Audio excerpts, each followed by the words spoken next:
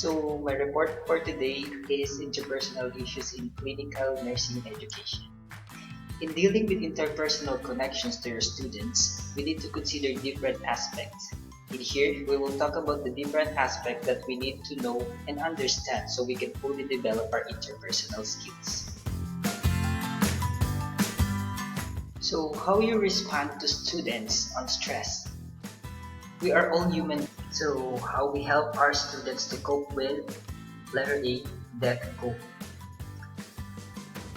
Younger students can be fragile and need some assistance in dealing with this kind of matter. You need to be there to let them fully understand what was happening. You can share your own experience or let some adults to share theirs.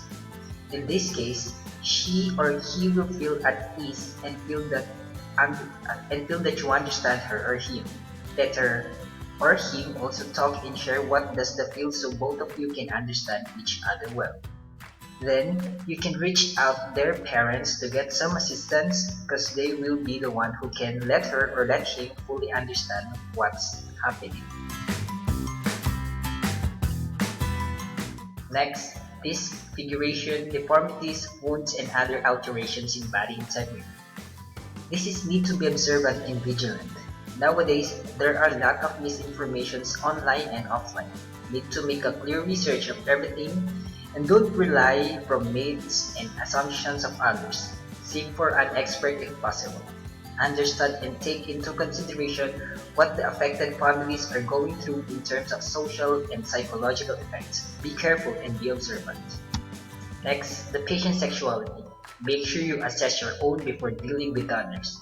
Be truthful to yourself so others can trust you. Be friendly, kind, and polite to establish a good connection before you ask a sensitive questions that might offend him or her. Of course, you need to always use neutral and inclusive terms to avoid discrimination and judgment. This might be offensive on their part, so be careful of your words. Please do not overreact, even if you feel uncomfortable. Avoid assumptions and prejudice that might affect on how you will deal with them. Always remember to put yourself into their shoes. Do some paraphrasing and give some examples or scenarios wherein your patients can understand and answer perfectly without hesitations. Ensure and always be clear that you and your patient are having the same way of understanding that matter to avoid miscommunication and misunderstanding.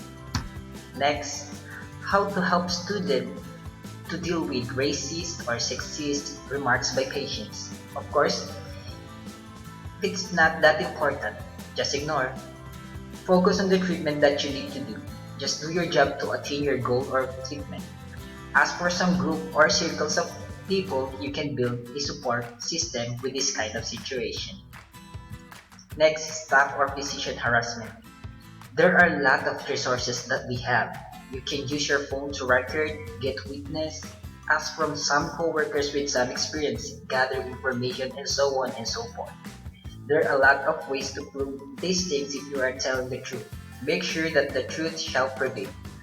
No more and no less. Keep your evidences and records for future references. So next topic will be the strategies for working with the letter A, reluctant learner. So what is a reluctant learners? These are the people who often have the potential to excel but don't seem to care about achieving in school.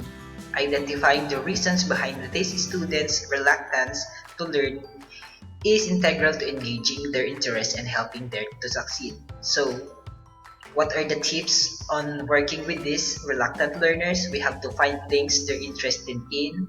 We have to nurture community and collaboration and provide options for learning and creating a safe haven for education.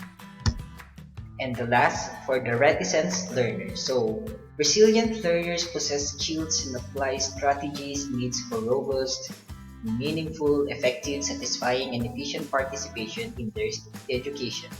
They are described below as the 8 pillars of student success. The student uses autonomous skills outside of the classroom. So, reticent learners are not willing to tell people about things. They don't like to collaborate with other groups. They tend to be alone and something. So what are the tips on how to or on how to interact with reticent learners? First, you have to stimulate students' consciousness toward responding to questions by using the graded questionings.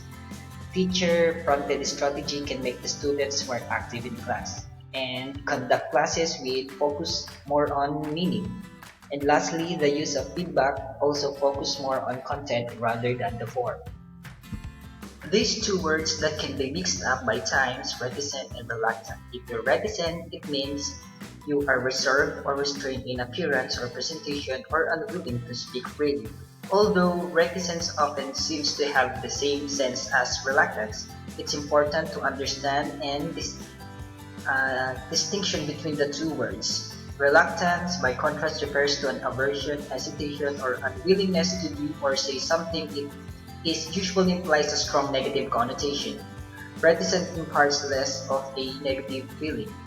You should be reluctant to be harsh with other person, whereas you might be reticent about speaking up because you are shy. So thank you for listening, and that will be all. Thank you.